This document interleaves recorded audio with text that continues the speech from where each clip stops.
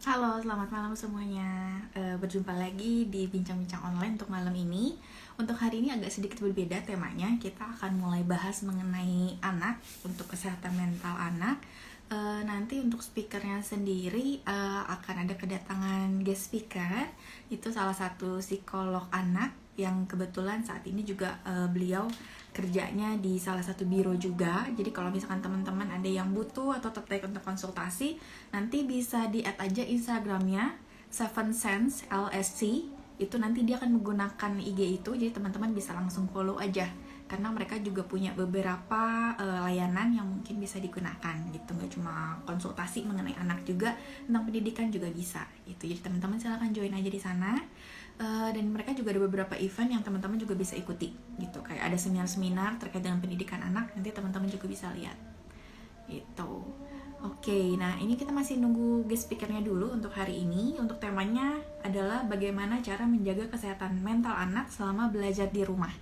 Jadi nanti silahkan teman-teman kalau ada yang mau bertanya seputar gimana sih mendidik anak di saat pandemi ini, itu boleh ya. Nanti langsung tanya aja. Oke, sambil nunggu join, untuk yang kemarin sempat ketinggalan, kita udah ada, ini episode ke-6, kita udah ada 5 episode kemarin. Teman-teman bisa lihat di IGTV gue aja, nanti bisa lihat di sana.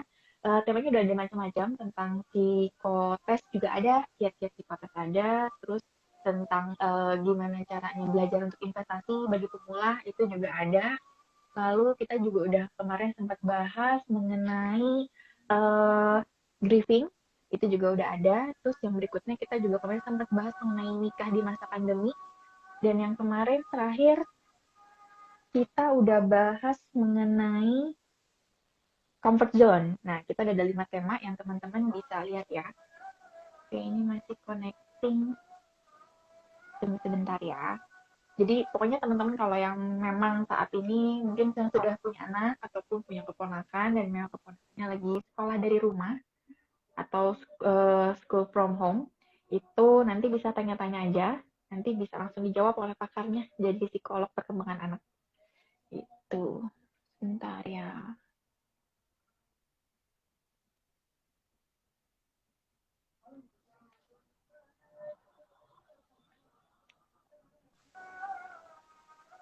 Nah, akhirnya bisa muncul juga setelah Halo ya. connecting. Ya, welcome Ica, atau nama aslinya atau nama panjangnya Anissa Rizky Andriani. Ya, Oke. biasa Hmm, dipanggilnya Ica Ica. gitu. Ya, Panggilnya Mbak kalau Ica. gue dipanggil sama Iya Anissa lu Nisa, gak bakal nengok. iya, karena canggung jadinya.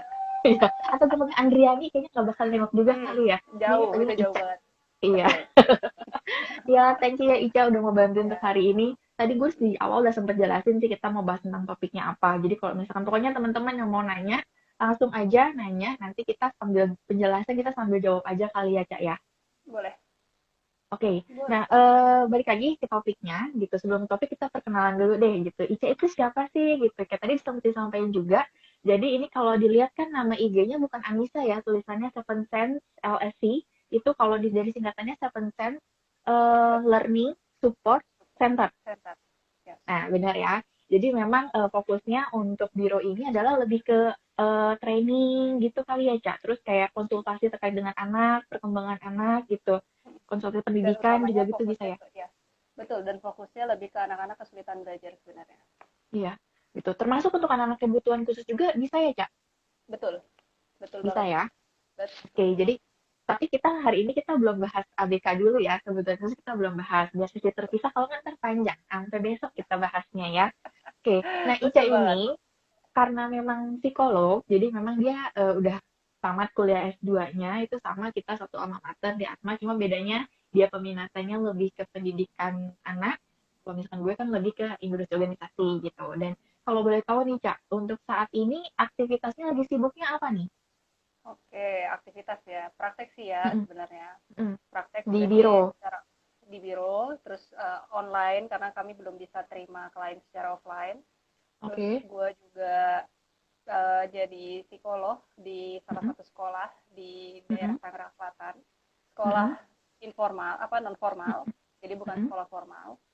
Lalu Mm-mm. kemudian belakangan ini gue sibuk jadi, lah sibuk. Gue jadi salah satu staf pengajar di salah satu universitas di daerah Iya. Jakarta. Itu sibuk sih, mohon maaf. Itu dalam waktu seminggu kerja 5 hari itu kayaknya bagi-bagi waktunya agak susah jadinya ya. Iya, betul banget, Tapi betul semuanya, banget. ya kan? Tapi semuanya berarti sekarang online semua, Cak. Maksudnya kan lu ngajar di sekolah, kan sekolah juga online kan berarti.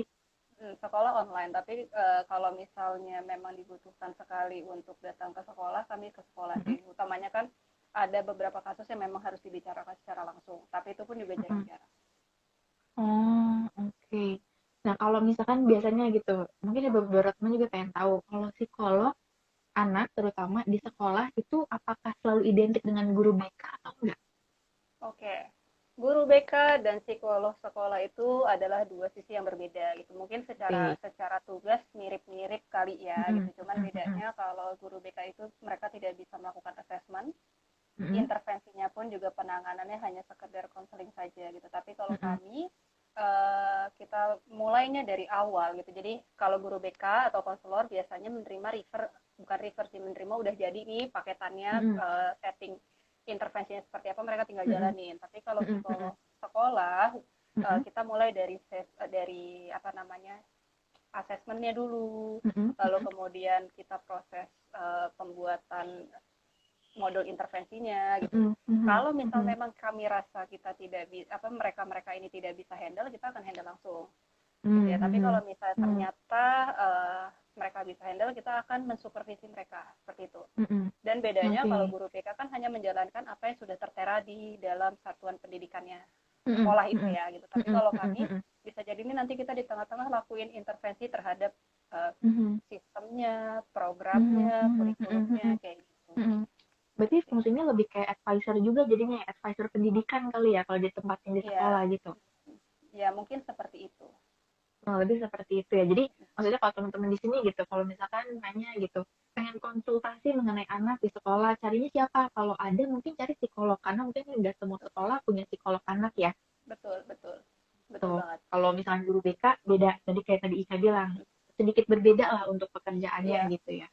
Dan gangguan-gangguan yang mereka tangani itu juga cuma sekadar gangguan yang akademis ya. Maksudnya kalau misalnya Mm-mm. masalah gangguan gangguan kenakalan Mm-mm. Mm-mm. anak-anak atau kenakalan Mm-mm. remaja seperti itu mereka bisa handle gitu. Tapi kalau sudah kasusnya gangguan pemusatan perhatian, lalu Mhm. kemudian ada Mhm. masalah kecemasan, Mhm. Mhm. masalah Mhm. masalah gangguan psikologis lainnya itu udah larinya ke kami seperti itu. Mhm. Oke.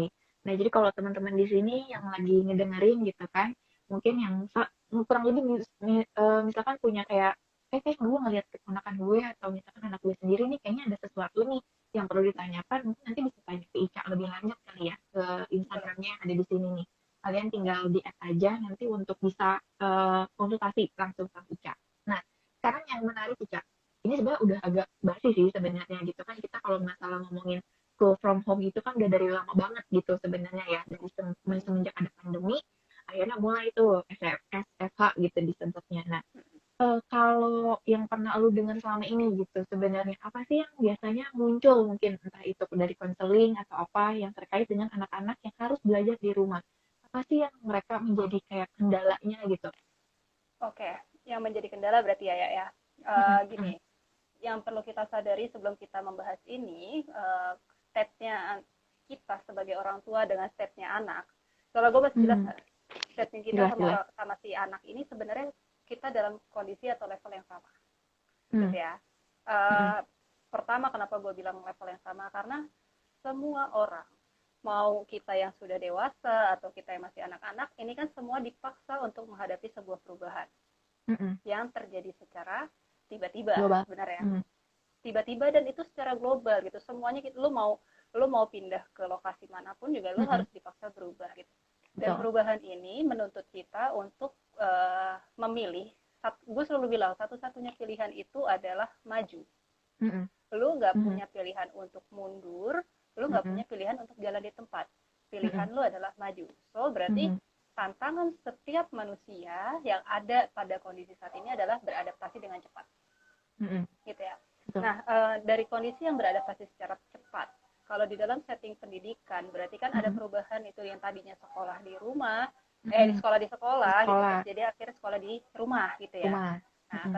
ketika itu terjadi, berarti kan proses belajarnya berubah. Betul. Proses belajarnya berubah, proses pengerjaan tugasnya berubah, Mm-mm. situasinya berubah. Mm-mm. Yang tadinya kita si anak-anak ini belajar semuanya terjadwal, Mm-mm. terkonsep, Mm-mm. teratur, Mm-mm. sama Mm-mm. ibaratnya sama ahlinya gitu. Sekarang Mm-mm. otomatis anak-anak ini belajar ya udah kayak kayak terkesannya kan kayak kalau di awal-awal itu mereka menganggap wes yes kita libur Libur. gitu kan, yes Iya. libur gitu kan ya, termasuk orang tuanya ya Mm-mm. udah nggak sekolah di sekolah jadi kamu terserah deh mau ngapain aja. Nah itu Mm-mm. Mm-mm. sebenarnya yang cikal bakal masalah ketika PJJ ini gitu ya. Mm-mm. Kenapa gue bilang cikal bakal PJJ ini? Mm-mm. Dari hasil mereka yang konsultasi ke gue gitu, baik dari Mm-mm. orang tua ataupun anaknya, gambaran masalahnya itu lebih kepada mereka kesulitan untuk bagi waktu ya, Ya. ya gitu bagi waktu. Lalu kemudian kalau dari segi orang tua memang sudah mengeluh stres. Stres Mm-mm. ini lebih karena kayak tadi ada kurang waktu, lalu kemudian banyak orang tua yang ternyata tidak memahami materi pelajaran anak-anak zaman now, Mm-mm. gitu Betul. karena Karena biasanya orang tua ada juga yang nitipin anak ke sekolah sebenarnya. betul. Dan ketika ketika sudah menitipkan anak ke sekolah, udah gue nggak mau tahu Lepas kemajuan tangan, belajar ya. anak, urusan sekolah, Serahin ke gue guru, cuma tahu betul. belajar gitu kan. Itu Ya. kebanyakan orang tua gitu. Nah, Mm-mm. ironisnya gitu waktu di 2 minggu awal PJJ ya, ini Mm-mm. di 2 minggu awal PJJ gue dapet dapet klien gitu, Mm-mm. sebenarnya klien yang sudah lama sama gue gitu. Mm-mm. Tiba-tiba orang tuanya telepon minta minta konseling secara online. Mm-mm. eh, Dia mengeluhkan bahwa dia bingung membagi waktu karena pertama orang Mm-mm. tua ini bekerja Oke. gitu ya, lalu kemudian di rumah tidak ada orang lain yang membantu keluarga Mm-mm. ini gitu, Mm-mm. artinya Mm-mm. berarti seluruh pekerjaan domestik rumah tangga itu datangnya ke apa dikerjakan Orang tua. oleh orang tua tuh. Mm-mm. Dan tugas anak dalam 1 minggu itu ada 52 assignment. Mm-mm. Mm-mm. Mm-mm. Bisa kebayang nggak Tunggu, dari sorry. 1 Konteksnya ini kita ngomongin anak yang SD, SMP, atau gimana nih? anak ini anak usia SD kelas 5. SD, oke. 52 assignment. Menurut gue, Mm, mau lu SD, SMP, SMA, atau kuliah mm-mm, sekalipun 52 assignment itu nggak masuk mm-mm, akal. mm-mm. Even kita pas S2 aja nggak separah itu ya, Cak ya? Betul, gue selalu bilang juga gitu. Maksudnya dalam dalam kondisi-kondisi kayak begini, sharing-sharing Mm-mm, kayak gini, gue mm, selalu bilang sama semua host gitu ya. Kalau misalnya memang mm-mm, lagi ngebahas tentang ini, gue bilang sekalipun gue sepanjang hidup atau sepanjang mm-mm, sejarah hidup saya sekolah gitu, mm-mm, nggak pernah mm-mm, tuh dapat 52 assignment dalam satu mm-mm. minggu. Paling Benar. banyak paling empat aja kita udah Iya, keteteran ya. iya, benar. Gila, Iya itu kan ya. ya kalau kecuali nggak mikir ya, ngerjainnya ya. Iya. Iya, dan soalnya itu math, English, Mm-mm, iya sih. terus science, dan itu Mm-mm, semuanya mm-mm, semuanya berbeda-beda gitu. mm-mm, Jadi mm-mm, orang tua stres karena orang mm-mm, tuanya bingung nih yang mana duluan ya, karena orang tua masih mm-mm, berpikir namanya anak sekolah tugas itu jadi penting. mm-mm, Itu baru orang tua. mm-mm, Terus gue tanya sama orang tuanya, anaknya gimana? mm-mm. Anaknya happy nggak ngerjain? Jawabannya sama, anaknya nolak. Enggak. Iya, itu mah semua orang sudah tahu, satu assignment aja, satu PR aja kadang anak-anak susah kan Iya, ya diminta iya. 52 assignment. Gitu ya. 50, oh my God. Itu harusnya buat 1 tahun. Harusnya satu assignment seminggu. Setahun 52 minggu, ya kan? Betul, betul, harusnya idealnya seperti Iya. itu gitu kan ya kalau mau dibuat project. Dan ternyata si orang tua itu mengungkap sebuah fakta. Jadinya anaknya nggak mau, dia bilang anaknya nggak mau ngerjain kak, gitu. Mm, Anaknya mm, nggak mau nurut apa yang saya minta kak. mm, Anaknya mm, akhirnya banyak nangisnya kak. mm, Anaknya mm, banyak pengennya main sama teman-temannya kak. mm, Anaknya jadi mm, tidurnya tidak teratur. Nah, mm, dengan kondisi seperti itu, kalau ia tanya fenomena apa sih yang keluar, mm. sebenarnya yang paling jelas gitu, yang terlihat di awal mula PJJ itu adalah stres di mana-mana. Ya, nggak cuma anak, termasuk orang tuanya juga. Betul gitu. Jadi Mm, kalau judul di tadi, iya kan minta kita bicara mm, tentang mm. kesehatan mental ya ketika Iya, belajar di kesehatan mental, sekolah, apa betul. ketika belajar di PJJ ini. Menurut gue untuk ngejaga ngejaga PJJ apa ngejaga kesehatan mental di saat PJJ gini, dimulainya bukan dari anaknya. Tapi Setuju orang nggak lo? tuanya dulu. Iya. Orang tuanya dulu, orang tuanya Betul. stres gitu kan, ibaratnya Mm-mm. orang tua tadi kerja, orang tua punya pekerjaan domestik rumah tangga, Mm-mm. terus orang Iya, tua benar. punya urusan sama anaknya gitu kan, yang Mm-mm. Mm-mm. ngajarin dan Tapi lain kalau anaknya sebagainya. lebih dari satu ya yang harus sekolah, iya nggak? Iya, apalagi anaknya lebih dari satu, dan kebetulan Mm. orang tua ini anaknya tiga. Anak Oke. yang paling besar itu kelas 5, adiknya kelas Mm-mm. 2, yang satu lagi masih Mm-mm. bayi lah, tuh pikirlah gimana caranya. Gitu ya. Oke. Itu ketika ada kondisi kayak begitu, ya ya udah stres. Terus orang tua udah stres, kebingungan mau mau membagi tugasnya yang mana, Mm-mm. akhirnya yang terjadi adalah orang tuanya marah-marah. Mm-mm. Iya. By Orang the way, tadi gue ya, baru ngeliat berita loh. Lu ngeliat ya? Gue lupa di Instagram atau di berita yang orang tua tuh mungkin saking stresnya ngajar anak ini sampai mukul anaknya. nah Jadinya. ya itu banyak banget sebenarnya kayak Mm-mm. gitu.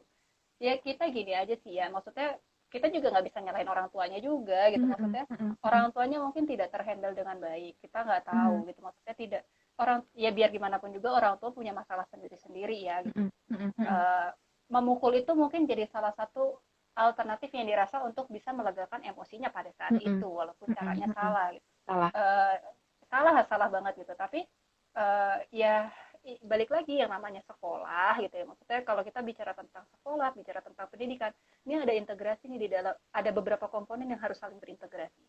Mm-mm. Mm-mm. Nah, berarti kalau dalam setting pendidikan, setting sekolah, yang harus terintegrasi itu adalah pihak sekolah sama orang tua plus Betul. siswanya gitu ya. Ya. Orang tua dalam kondisi seperti ini harus bisa berani bicara sama sekolahnya bahwa kendalanya apa, Mm-mm. dan sekolah juga harus bisa lebih terbuka Mm-mm. terhadap masukan-masukan yang diberi sama orang tua Ya. gitu, sehingga harusnya Mm-mm. ketika itu bisa balance antara peranan masing-masing, harusnya sih anaknya bisa terjaga secara mentalnya, kualitas kesehatan Mm-mm. mentalnya pun bisa terjaga seperti itu. Mm-mm. Mm-mm. Mm-mm. Itu sih ya. Mm-mm. Iya sih, iya sih gue membayangkan sih maksudnya ya karena ya balik lagi kayak lu bilang gitu, ini kan kondisi yang kita bahas tuh kondisi yang real, dimana tuh Betul, banyak orang tua yang memang akhirnya tuh di waktu yang sama mereka bekerja, anaknya bisa sekolah gitu kan, jadi betul, betul memang banget. orang tua bisa fokus dengan pekerjaannya, ya anak-anak juga fokus dengan sekolahnya karena memang harus sekolah. Betul, Cuma semenjak pandemi ini kan semuanya ngumpul di rumah, karena kan kita memang dilarang untuk keluar gitu kan. Sedangkan di waktu yang sama kan jamnya sekolah sama jamnya kerja sama ya gitu, kecuali betul, mungkin orang tuanya selama ini kerjanya shifting ya mungkin beda kali. Cuma kalau yang sama-sama dari 8 ke 5 gitu, anak-anak juga sekolahnya dari 7 ke 1 misalkan, itu kan ada satu waktu yang mereka harus beraktivitas masing-masing sebenarnya. betul, Tapi apa kayak tadi Ica bilang, mungkin kalau anak-anak yang udah SMP, SMA mungkin udah bisa lah ya secara mandiri, tinggal dikasih aja nih gadgetnya, tinggal dipantau sama orang tua, tinggal dipantau. Tapi kan kalau untuk yang anak-anak yang masih SD kan mungkin ada kebutuhannya agak beda ya, Cak. Maksudnya yang betul, masih harus ditemenin atau ada mamanya nih di sampingnya yang memastikan nih mereka fokus. Karena kan nih balik lagi ya, fokus anak-anak. Jangankan di rumah, di sekolah aja bisa nggak fokus soalnya kan gitu. Kan maksudnya betul. banyak juga dramanya gitu. Nah, cuma apa sih gitu yang bisa Ica sampaikan gitu, mungkin kan banyak orang tua juga yang ngedengerin gitu, kalau kita tadi udah bahas kesehatan mental itu dimulai dari kesehatan mental orang tuanya, apa yang harus orang tua lakukan khususnya, mungkin kita bedain aja ya antara orang tua yang memang bekerja dengan orang tua yang memang mungkin apalagi mamanya yang memang ibu rumah tangga gitu loh. Saya Oke. kira apa nggak sih yang bisa mereka lakukan? Yang bisa aku sampaikan supaya orang tuanya tetap bisa menjaga kesehatan mental gitu berarti ya. Kan Oke, mulainya dari sebelum kesehatan mental orang tuanya dulu kan. ya, oke. Nah, gini sih sebenarnya, ketika kita sudah dalam kondisi yang stres, gue harus negasin dulu nih ya gitu, bahwa stres itu adalah sesuatu hal yang wajar. Setiap orang gitu pasti akan mengalami stres dengan intensitasnya masing-masing Mm-mm, gitu ya. mm-mm, Dan setiap orang itu pasti punya pilihan nih gitu untuk mm, mengekspresikan stres itu dalam berbagai cara gitu. Kalau mm, di mm, psikologi kan ada yang namanya flight response. Berarti ketika kita dalam situasi yang tidak kita inginkan, berarti kita pergi, kita tinggalkan, mm-mm, kita mm-mm, lari. Terus ada mm-mm, lagi namanya fight response. Artinya berarti mm. ketika kita dapat sesuatu, kita harus gimana Hadapin. caranya, harus kita dapetin, kita harus selesaikan. Ada lagi satu lagi itu namanya freeze response. Nah, Mhm, ketika freeze response itu artinya kita diam, kita nggak ngapa-ngapain, nggak menyelesaikan masalah, ya udah kita terima aja apa adanya. mhm, Nah, mhm, kita juga harus sebagai orang tua gitu, sebagai orang yang lebih dewasa dari anak-anak kita, kita harus tahu nih style penanganan masalah kita itu yang mana dulu. gitu ya. Tapi sebelum sampai ke situ kita harus tahu, kita harus berhasil identifikasi kita itu sebenarnya dalam kondisi yang stres apa enggak. Nah, ada ini sih akronim yang biasa gue pakai ya gitu. Gue biasanya bilang ini stepnya itu adalah 3P. Kita identifikasi dari 3P. Yang pertama ada pikiran. Kalau misalnya gitu, setiap kita melakukan sesuatu tapi kita isi pikiran kita negatif terus. Ya kan kadang gitu ya, maksudnya dalam kondisi apapun sebenarnya orang punya niatan baik sama kita aja tapi kita mikirnya jelek. Negatif. Ya. Gue tiba-tiba hubungin Iya apa kabar gitu. Kalau Iya lagi sehat, ngapain lu gitu. Iya, kalau Iya lagi sehat, kalau lu lagi sehat lu pasti akan Hai Ca, apa kabar gitu. Tapi kalau misalnya lagi stres gitu, wah ngapain ya jangan-jangan Ya, gitu mau kan. apa gitu. Iya, Gitu. benar. Nah, kalau misalnya kita sudah dalam kondisi seperti itu, sudah waspadalah bahwa kita dalam kondisi yang jangan-jangan kita nggak sehat secara mental. Dari pikiran ya. Lagi stresnya lagi numpuk gitu kali maksudnya ya. Kita udah mulai ada tanda-tanda bahwa ini nih ada sebuah kondisi yang tidak wajar nih di diri kita nih, ada sesuatu yang beda dari kebiasaan kita, misalnya kayak gitu. Lalu kemudian kalau misalnya sudah di situ, ada lagi gejala yang kedua. P yang kedua itu kita turunin nih ke bawah, perasaan, gitu ya, di perasaan kita. Kalau misalnya kita dalam kondisi yang baik-baik aja, kita pasti akan terima segala sesuatunya itu dengan cara yang baik, gitu ya. Kalau tadi kan pikiran kan baru sekedar pikiran ya. Kalau misalnya di perasaan itu contohnya adalah misalnya gue ngomong sama lo nih ya, tolong dong tolong dong nanti lo live IG ya bareng sama gue. Rasanya lo kalau misalnya sehat, oke, yes, gue bisa ngebantu banyak orang gitu ya. Tapi kalau perasaan lo nggak oke, lo bakal merasa gue bisa nggak ya, gue mampu nggak ya, gue kompeten nggak ya, gue apalah segala macam. Perasaan lo itu ngerasanya negatif semua gitu. Nah, kalau itu berarti kita sudah mulai waspada bahwa tingkat stres kita itu bisa jadi sudah lebih parah daripada apa yang sudah kita pikirkan aja. Betul, karena udah gitu nyampe ya. ke perasaan juga gitu Karena kan, sudah nggak ke cuma perasaan. dipikirin. Gitu ya. Nah, yang terakhir, P yang terakhir itu adalah itu sudah sampai apa yang kita perbuat, berarti perilaku kita. Gitu ya. Kalau misalnya kita sudah sampai ke perilaku itu biasanya kalau stres kan gejalanya kita sulit makan atau jangan-jangan kita maunya makan terus. Kalau gue sih tipe kalian yang kalau stres gue makan terus ya. Gitu sama kan. gue juga, lu nggak ngeliat nih bentuk gue udah kayak apa. Nah, ya, terus kan gue tahu kita kan sama waktu itu kerjaan tugas bareng-bareng yang gue cari apa gitu. makan. Iya benar. Ya lu pulang malam-malam aja yang gue cari apa kan ya? Iya, makanan ya, gue makan. Iya kan, gitu kan. Jadi kalau misalnya kita sudah melakukan sesuatu yang di luar dari kebiasaan kita, biasanya kita misalnya makan sehari 2-3 kali, tapi ternyata di saat itu kita bisa makan lebih dari apa yang sering kita makan jumlahnya, berarti kita juga harus tahu, kita harus sudah ada sadar nih, waduh jangan-jangan gitu ya, waduh jangan-jangan gitu.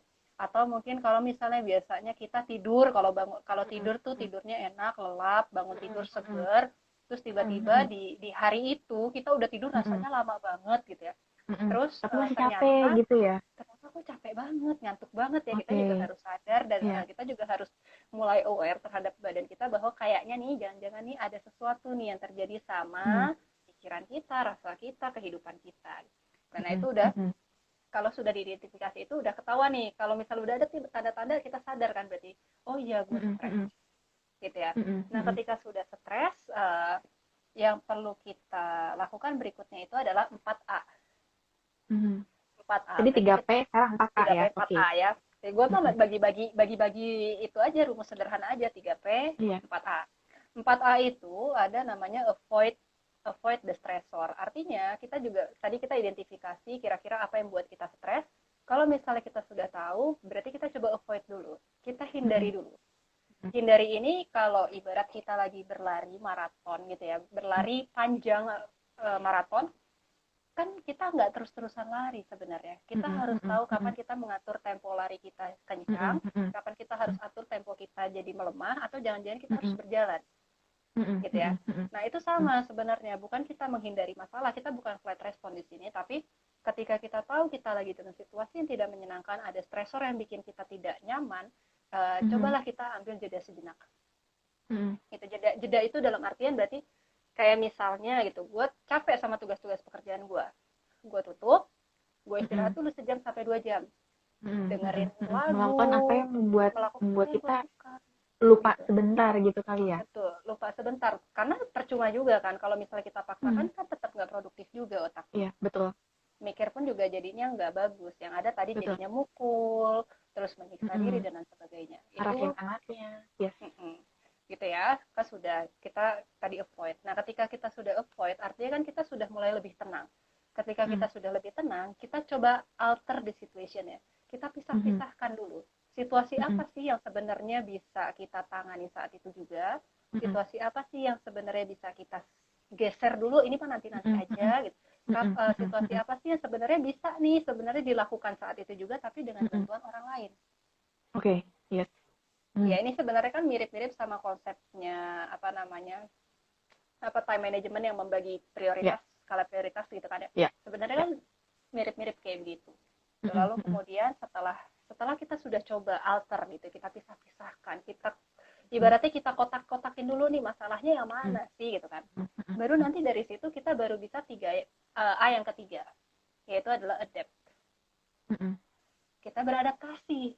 Mhm. Kalau dalam Mhm. kondisi kayak gini kan kita mau tidak mau, suka tidak suka, kita harus terima, kita harus Ya. mau. Yang tadinya kita biasanya kerja sendiri, kita harus menyadari bahwa saat ini kita nggak bisa kerja sendiri nih. Mhm. Kita Mhm. butuh bantuan orang lain nih. Gitu. Mhm. Mhm. Termasuk si orang tua tadi, orang tua yang Mhm. klien gue tadi itu, gue Mhm. bilang, ada nggak sih orang lain yang bisa dimintain tolong, anggota Mhm. keluarga, misalnya adik, Kata kakek, nenek, suaminya atau siapa, kali ya. suaminya gitu kan, untuk membantu tugas lu gitu kan, karena nggak akan Mhm. mungkin lu bisa menyelesaikan semua pekerjaan lu sendiri. Di satu waktu yang bersamaan. Ya, ya kan gue suka ngeliat di Pinterest dibilang mom is superwoman gitu. Tapi Mhm. sekalinya ya namanya superwoman kita tetap human kan Iya. gitu kan. Jadi tetap gitu maksudnya lu tetap manusia yang lu harus bisa Mhm. tahu kapan lu butuh Mhm. butuh Ya. membagi itu semua gitu. Mhm. Nah, ketika Mhm. lu sudah bisa beradaptasi, baru lu bisa terima keadaan itu. Mhm. Mhm. Itu kan ya. Nah, ketika lu udah terima, Mhm. baru lu ngomong sama anak lu Mhm. Mhm. gitu. Mhm. Kan udah lebih sehat nih kondisinya gitu Mhm. kan. Kalau Mhm. misalnya lu Betul. belum sehat ya nggak akan bisa. Itu baru dari Mhm. segi orang Mhm. tuanya. Tuh, nah, Mhm. ketika Mhm. tadi itu berarti kan cuma ada dua tips nih yang gue sampaikan untuk Mhm. orang tua terkait dengan dirinya. Nah, ketika dia Betul. sudah oke kondisinya, gitu ya, berikutnya yang harus dilakukan sama orang tuanya itu adalah temui anaknya. Mhm. Gitu. Kalau di awal PJJ dulu, nih awal dulu di Maret itu, gue Mhm. bilang sama orang tua itu, coba ibu jelaskan settingnya saat ini sudah beda sama yang dulu. Lu Mhm. belajar di Mhm. rumah bukan berarti lu liburan.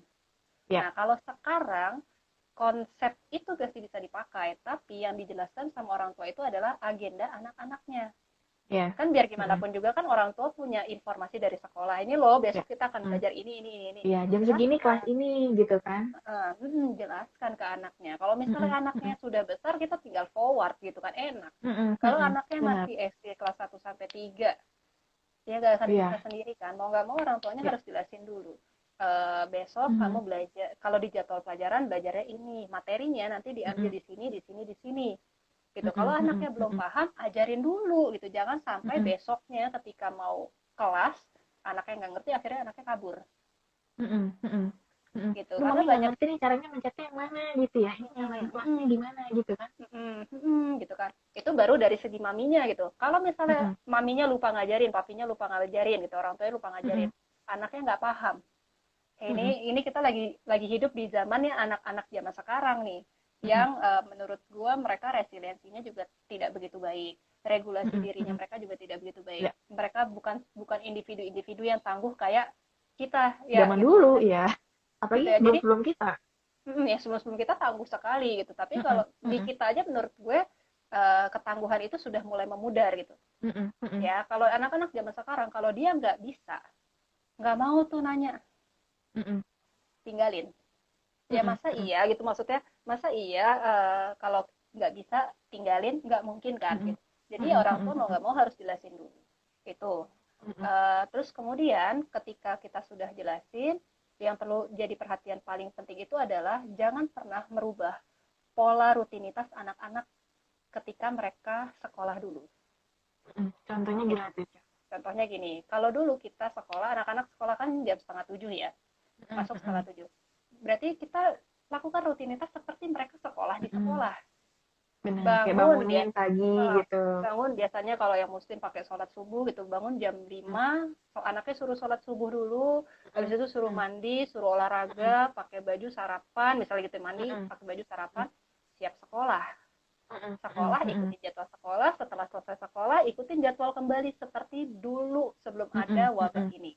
Gitu. Nah, sayangnya ya itu tadi, karena kita tiba-tiba situasi mendadak harus libur, orang tua awalnya itu salah nih, berpikir bahwa anak libur, jadi belajar bisa dilakuin kapan aja, Ya. jamnya terserah suka-suka. Iya, jam gitu tidurnya nggak teratur jadinya. Jam tidurnya nggak teratur juga. Nah, ketika itu terjadi, ya sorry to say gitu, ibu bapak itu turut mengambil peran kehancuran anak-anak ibu bapak ketika nanti kalau tiba-tiba harus sekolah lagi di sekolah Iya, gitu. benar. Gitu ya. Jadi daripada ini kan ya mungkin saat ini kalau misalnya saya ngomong kayak gini, aku ngomong kayak gini, mungkin telat gitu ya. Bagi beberapa orang tua ini mungkin terlambat, tapi menurutku nggak ada yang terlambat sih ya. Maksudnya mumpung udah tahu nih gitu, coba deh mulai pelan-pelan besok lagi dirubah lagi nih pola rutinitasnya, Iya. bangunin anaknya pagi-pagi lagi dan lain sebagainya. Itu. Mm-mm. Lalu kemudian ketika sudah tadi rutinitas, jangan lupa untuk mendukung atau mendampingi anak-anak belajar.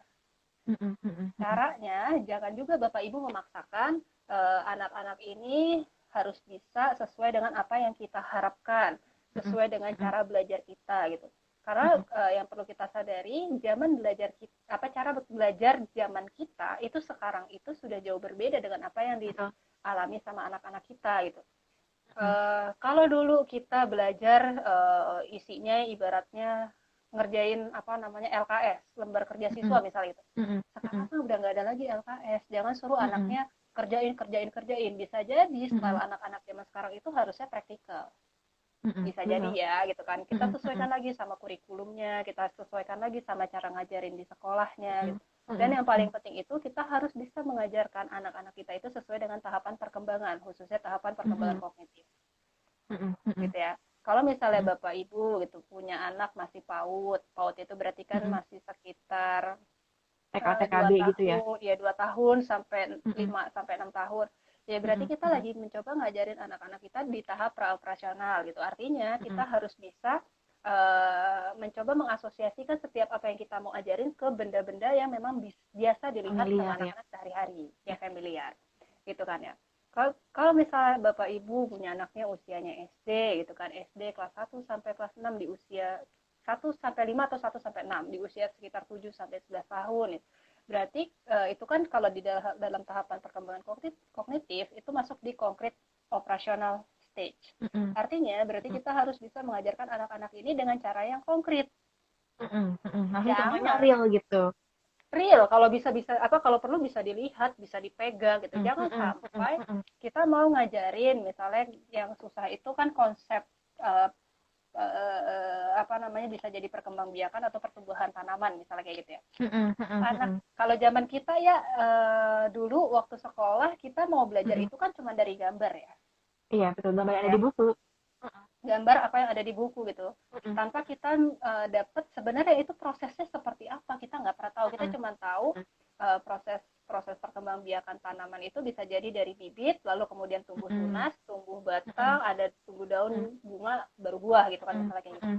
Ya sekarang kita mau tidak mau ya harus mencoba mengajarkan anak kita menanam gitu. Ya paling sederhana kan tanam kacang hijau jadi kecambah gitu jadi kan. toge. Jadi toge itu kan sebenarnya itu cara yang paling sederhana. Atau mungkin mau ngajarin anak percampuran nyampurin warna gitu. Dulu zamannya kita kalau misal kita mau belajar itu kan masuknya ke IPA ya, ke sains ya. Mau nyampurin warna merah sama biru itu jadinya ungu. Dari mana gitu kan? Dulu gue bingung loh ya gitu, maksudnya sebelum orang tua gue akhirnya sebelum orang tua gue akhirnya memberikan contoh gitu kan ya, gue bingung itu dari mana ya, kok kenapa merah sama biru jadinya ungu, kenapa nggak merah sama biru jadinya hijau, apa segala macam itu yang gue tanyakan gitu ya. Karena apa gitu, ketika itu diajarkan kita kan kalau cuma merah sama biru jadinya ungu itu kan abstrak ya. siapa gitu, maksudnya siapa yang bisa ngebayangin tuh. Dan akhirnya Mm-mm. ya gue bersyukur sih, maksudnya gue dibesarkan di dalam lingkungan keluarga yang memahami tugas-tugas perkembangan gitu, sehingga mereka Mm-mm. Mm-mm. dengan cepat ketika gue bertanya kenapa merah sama biru jadinya biru, apa jadinya Mm-mm. ungu-ungu, kenapa nggak hijau Mm-mm. gitu. Akhirnya orang tua gue itu waktu itu kalau nggak salah pakai pewarna makanan, Mm-mm. karena yang ada di Dicobain, rumah pewarna ditunjukin makanan. kan. Coba nih gitu, ini memang Mm-mm. begini gitu. Nanti kalau kamu Mm-mm. sudah besar, kamu akan tahu campuran kimia di antara warna-warna itu apa saja. Mm-mm. Mm-mm. Itu kan Mm-mm. jadi lu tahu gitu. Nah, jangan lupa Mm-mm. nih Mm-mm. Bapak Ibu, kalau misalnya memang mengajarin konsep ke anak-anak di usia SD, ya berarti silahkan pakailah cara yang konkret operasional ini. Konkret Mm-mm. gitu ya. Mm-mm. Kalau Mm-mm. misalnya anaknya sudah di usia remaja, berarti kalau misalnya di Mm-mm. tahapan Mm-mm. perkembangan kognitif sudah di 12 tahun ke atas. Mm-mm. Artinya Mm-mm. anak-anak Bapak Ibu itu sudah masuk ke fase formal operasional. Nah, Mm-mm. ketika masuk formal operasional, berarti kita sudah mulai pelan-pelan mengajarkan anak-anak kita ini untuk bisa belajar secara lebih abstrak. Sudah Mm-mm. harus Mm-mm. bisa kita juga harus secara pelan-pelan mengajarkan anak-anak kita menyelesaikan masalah-masalahnya sendiri. Mm-mm. Mm-mm. Kayak gitu ya. Jadi Mm-mm. ketika Mm-mm. misalnya kita mengajarkan anak-anak kita sesuai dengan tugas perkembangan, ya gue sih percaya ketika kita mengajarkan dengan cara yang baik, tepat, Mm-mm. sesuai, anak-anak akan belajar dengan kuat. Mm-mm. Karena kan Mm-mm. mereka tidak dipaksakan. Mereka sesuai Betul. dengan tahapan dan tugas-tugas perkembangannya. Seperti itu ya. Mm-mm. Mm-mm. Itu Mm-mm. sih ya. Mm-mm. Gue udah banyak ngomongnya. Gantian dulu ya. Mm. Iya. Nah, sebenarnya gue yang masih pertanyaan gue tuh gini sih, Cak. Maksudnya gini, kan tadi kan lu udah sempat jelasin, pokoknya Mm-mm. sebelum kita mulai untuk mendidik anak, apalagi dengan yang kayak ini ya, lagi yang case Mm-mm. ini, kita dulu yang beresin masalah kita dulu. Maksudnya, pastiin kita udah nggak ada sesuatu yang mungkin membuat pikiran kita terganggu, yang bikin stres, yang akhirnya tuh justru kita tumpahin itu ke anak gitu loh. Itu kan Betul. efeknya juga nggak bagus buat anaknya gitu. Nah, terus yang masih di pertanyaan gue adalah, kan tadi juga kita sempat bilang ya, soal perkembangan anak, kalau misalkan anak-anak yang udah usianya, ya udah mungkin udah kelas 4 ke atas tuh, mereka udah bisa, tinggal dikasih tahu aja mereka udah bisa nurutin, karena kan udah bisa ngikutin pelajaran gitu. Cuma Mm-mm. gimana kalau misalkan kondisinya itu uh, orang tuanya itu bekerja, dan anaknya itu yang masih sangat butuh intens untuk ditemenin, dan dia tuh kondisinya mungkin emang nggak ada keluarganya yang bisa bantu, Cak. Gitu, apakah anaknya dijajarin nih, ini mama belajar, sorry, ini mama kerja, kamu sebelah mama ya, kamu sambil belajar gitu, atau gimana gitu Oke. maksudnya. Karena kan ya sekarang juga nyari nyari suster gitu juga kan susah ya, Cak. Maksudnya kan kita nggak bisa gitu kan untuk lagi era pandemi kayak gini, dan mungkin kan ya karena kita nggak boleh ketemu dengan, maksudnya keluar rumah juga kan, mungkin dia punya kerabat tapi nggak memungkinkan untuk datang ke rumah, jadi kan memang semuanya harus dihandle sendiri gitu. Itu apa yang bisa mereka lakukan gitu. Oke. Gini ya, anak-anak zaman sekarang itu kan sudah masuk ke generasi A sama Z ya gitu. Maksudnya Mm, artinya mm, kalau kita kan ada di generasi X atau Y gitu. Kita nih, mm, kita antara X mm, atau Y. Eh, yang perlu kita sadari bahwa karakteristik anak-anak generasi A sama Z itu adalah lebih kritis dan bisa diajak diskusi. mm, mm, Itu karakteristik yang paling utama tuh. Masih mm, banyak mm, karakteristik lainnya gitu. Kalau kita bahas mm, generasi A atau Z di sini kan bukan, tidak sesuai sama topik ya. Gue cuma ngambil yang mm, intinya saja. mm, Uh, Ketika kita sudah tahu karakteristik anak-anak generasi alpha atau Z itu mm, apa, yang tadi salah satu yang bisa diajak diskusi, sebenarnya ketika kita menyampaikan mm, apa saja kegiatan kita, lalu kemudian mm, mm, kira-kira apa yang harus dia mm, lakukan, mm, sebenarnya itu bisa lo teratasi. mm, Itu karena yang mm, dibutuhkan anak itu sebenarnya adalah perhatian. Bukan mm, berarti mm, ketika kita memberikan perhatian ke anak, ketika mamah kerja, anaknya ada di mm, samping, nggak begitu. mm, Kita mm, juga harus pahami dulu sih sebenarnya anak kita itu butuhnya apa.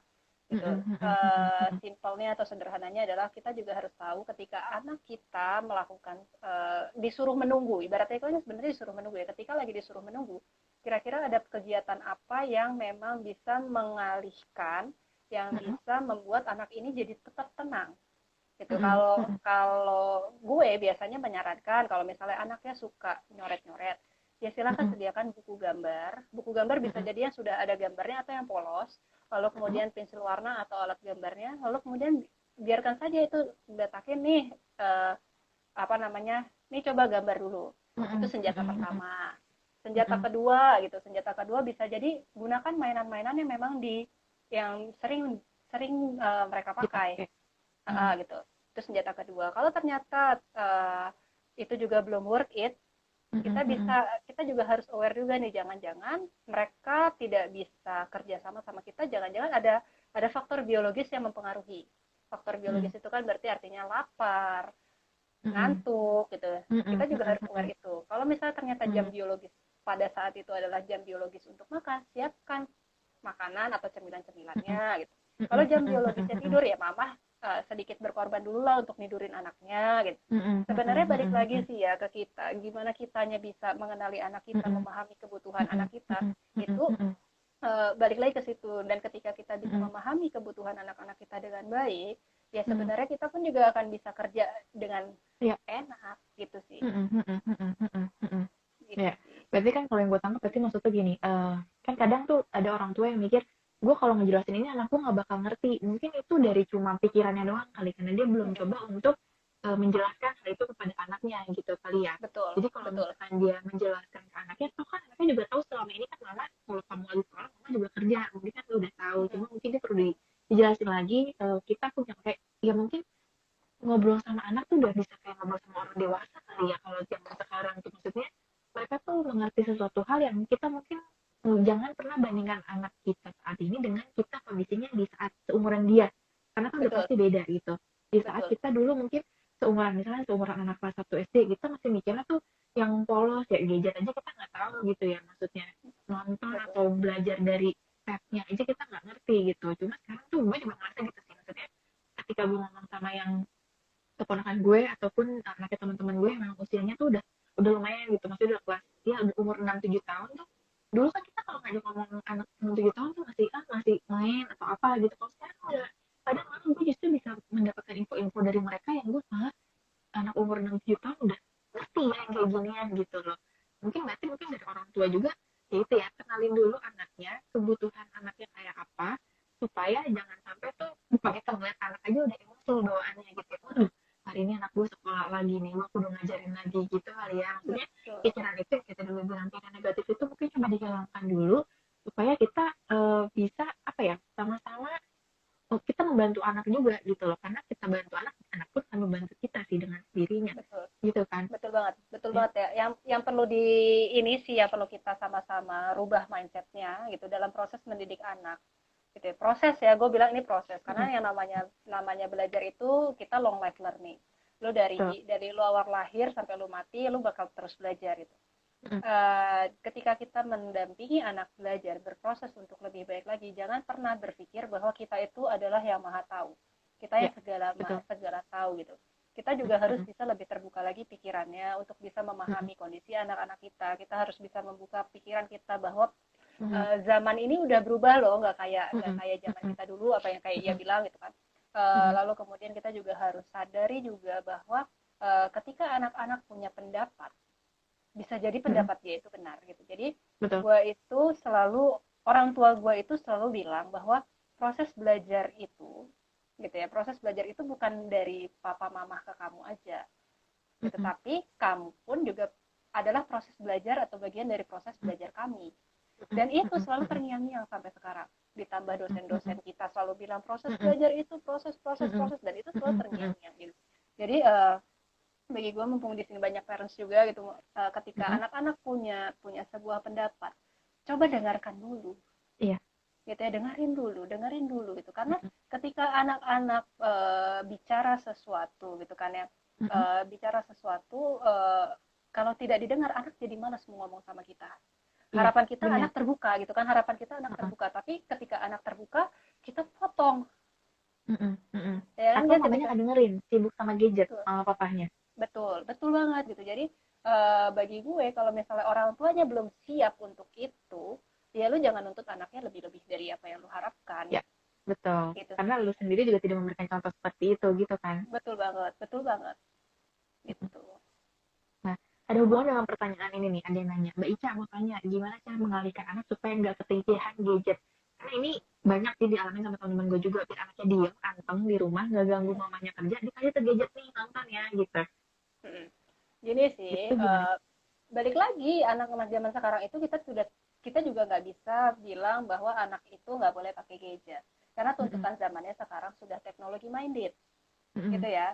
Yang perlu diperhatikan itu adalah ketika kita juga perlu diperhatikan adalah screen time-nya mereka.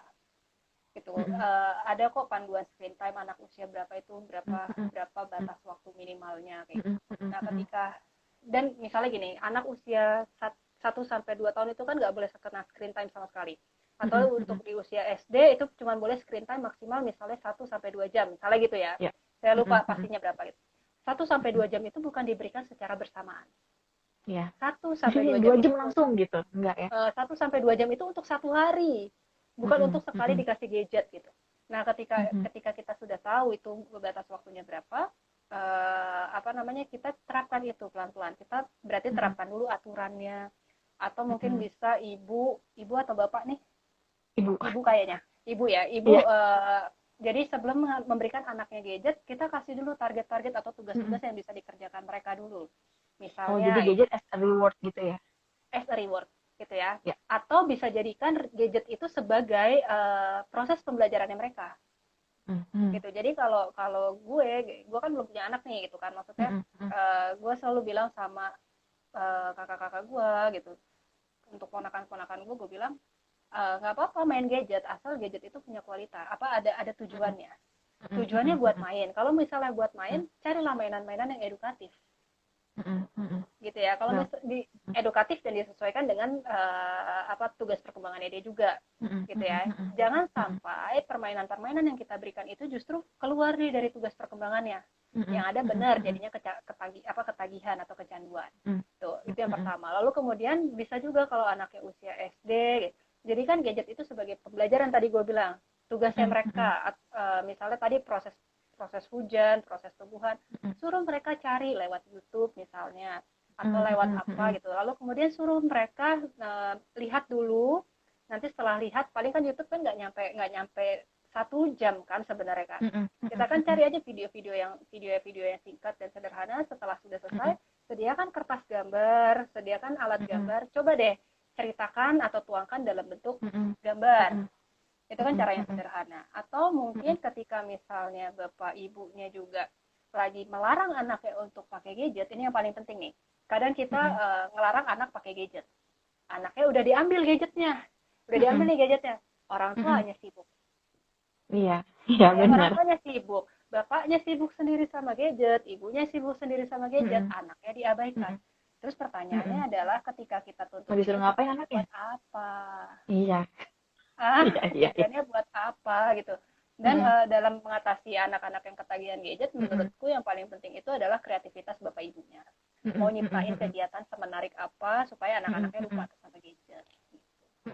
Nah, balik lagi tentang ini ya, ketagihan gadget. Mungkin kan nanti mereka akan mencoba nih untuk membatasi ya tadi ya durasi untuk penggunaan gadgetnya gitu.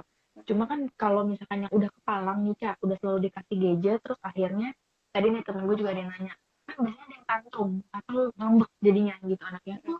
Biasanya nih gue dikasih boleh nonton kapan tuh sekarang dijatahin sih gitu-gitu. Nah kalau sampai ada anak yang perlakuannya kayak itu ya, mengeluarkan amarah gitu, bahkan sampai gue pernah lihat tuh anak sampai tantrum tuh sampai goleran yang di lantai gitu loh, teriak-teriak nangis gitu. Nah itu gimana cara ngadepinnya Cak? Gini, yang perlu kita tahu itu anak tantrum itu biasanya dia punya kendala untuk mengekspresikan apa yang dia rasakan ya gitu. Jadi ketika anak tantrum, identifikasi lagi. Gue nggak akan jauh-jauh dari bahasa identifikasi ya. Kita cek lagi kemampuan berbahasa anaknya seperti apa. Kalau anaknya ngomongnya masih belum bisa ngomong gitu. Anaknya belum jelas ya, berarti orang tuanya harus bisa mentranslate bahasa anak-anak itu menjadi bahasa yang memang ini gitu. Maksudnya ketika anak pun juga lagi tantrum, jangan juga kita panik datangin dia gitu, karena mood orang atau malah diomelin jangan gitu ya. Iya betul, jangan pokoknya ketika anak tantrum, rumus yang pertama itu adalah poker face. Poker face artinya berarti jangan menunjukkan ekspresi kita marah, jangan ekspresiin kita lagi ngeledek atau gimana, itu jangan gitu ya. Lalu kemudian untuk menenangkan anak, biasanya yang paling sederhana itu adalah kita peluk dari belakang. Ya, kita peluk dari belakang. Atau misal kalau itu nggak bisa, kita usap punggungnya atas ke bawah. Atas bawah. Jangan ngusapnya jangan kayak gini, tapi atas bawah, dari atas ke bawah terus tarik lagi ke atas ke bawah. Ketika menarik itu berarti kayak kita menenangkan gitu maksudnya ya. Itu untuk menenangkan. Nah, ketika anak sudah tenang, baru kita jelasin kenapa sih kamu masalahnya apa, lalu kemudian kira-kira tepat atau tidak untuk menangis, kira-kira kalau seperti itu akan menyelesaikan masalah atau tidak, seperti itu. Nah, untuk kasus-kasus anak-anak yang sudah terlanjur ketagihan gadget, jangan juga Bapak Ibu yang biasanya anak-anaknya main gadgetnya misalnya 3 jam sampai 4 jam gitu ya. Terus tiba-tiba gara-gara aku ngomongin screen time, terus akhirnya diputus gitu kan ya. Ya jangan gitu juga gitu. Kita juga harus sadar bahwa kalau kita sudah terbiasa melakukan sesuatu, misalnya kita udah enak nih melakukan sesuatu, terus hak kita dicabut, direnggut secara paksa, itu kan kita nggak enak juga kan, nggak nyaman juga. Itu juga yang terjadi sama anak-anak. Kalau misalnya memang sudah terlanjur kecanduan gadget, berarti untuk mengurangi durasi screen time-nya itu pun juga caranya pun juga dengan cara yang bertahap, halus, pelan-pelan, kurangin dari 5 menit per 5 menit, tadinya 3 jam gitu, berarti hari ini kita jatah main gadgetnya cuma 2 jam 55 menit ya. Anak kan nggak ngerti 2 jam 55 menit itu di mana, gitu kan. Ya kalau dia udah bisa lihat jam, kalau dia belum tahu berapa jam. Nah, kalau dia belum tahu, berarti kita tinggal tunjukin nanti di jarum panjang angka segini waktu kamu sudah selesai ya, gitu. Nah, itu kan ketika itu sudah oke, anak tuh akan pelan-pelan 5 menit, ntar udah dicoba selama seminggu bisa tuh segitu, kurangin lagi 10 menit, 10 menit, 10 menit, 10 menit. Nanti pada akhirnya juga anak-anak pun juga sudah terbiasa gitu. Tapi ketika kita ngurangin screen time ya gitu, jangan lupa siapkan juga kegiatan alternatif lain kegiatannya gitu sih. Iya sih, benar. Ya, itu aplikatif sih menurut gue, itu bisa mulai diterapkan kayak tadi yang lu bilang, bertahap dulu. Dan jangan lupa, kan biasanya mungkin dia 3 jam nonton gitu ya, terus udah dikurangi nih jadi 2,5 jam, kan dia punya setengah jam yang dia sebenarnya pasti nggak tahu ngapain. Dan biasanya di anak bosan, di saat dia bosan pasti dia carinya kan gadget gitu, karena dia tahu bisa main game, bisa nonton gitu kan. Nah, mungkin orang tua juga harus bisa lebih kreatif kali ya, untuk menciptakan sesuatu permainan atau apapun yang bisa mengedukasi ke anaknya juga. Entah misalkan disuruh, ya kayak lu bilang, menggambar, mewarnai, kan itu sambil melatih kemampuan motorik halusnya juga kan sebenarnya. Betul banget. Ya, sebenarnya kalau ngomongin gadget itu adalah bisa jadi satu sesi sendiri sih. Gue juga maksudnya ada pembuktian memang bisa dijelaskan secara saintifik gitu. Kenapa sih anak-anak jadi bisa kecanduan gadget daripada belajarnya, itu bisa dijelaskan. Tapi kalau gue ngomongin di sini ntar bisa jadi 4 kali 5 kali kita sesi begini.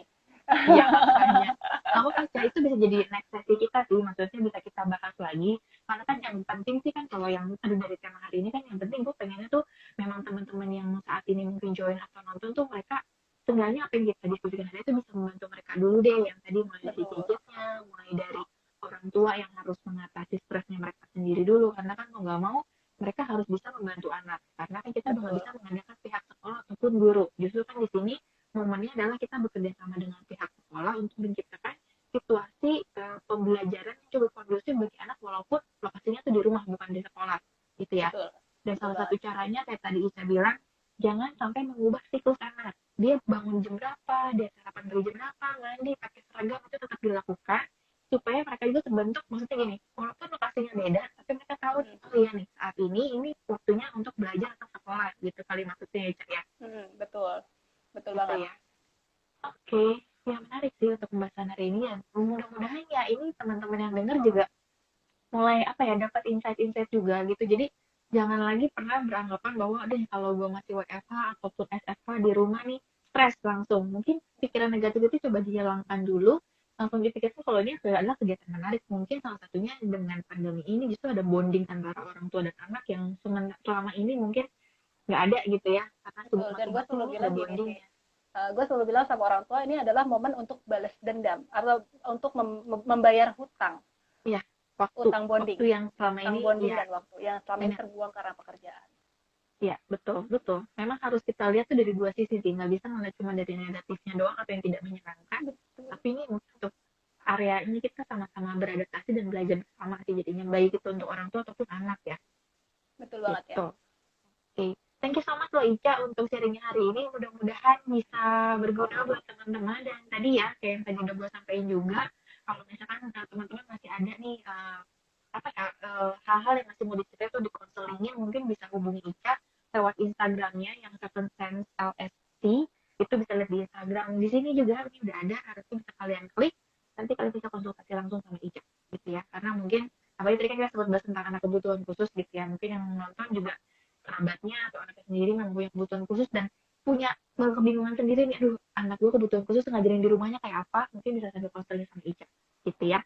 Oke deh kalau gitu Ica, terima kasih banget untuk waktunya Ica, untuk sharingannya juga ya. Jangan bosan Sama-sama ya, nanti ya. dimintain tolong lagi ya. Itu Siap untuk ya. bahasan topik-topik yang tadi kita sempat bahas, tapi cuma sedikit-sedikit doang. Nanti kita Hmm. perjelas lagi. Oke, Gitu ya. siap ya. Thank you Thank so you much Ica. ya. Sampai ketemu lagi ya.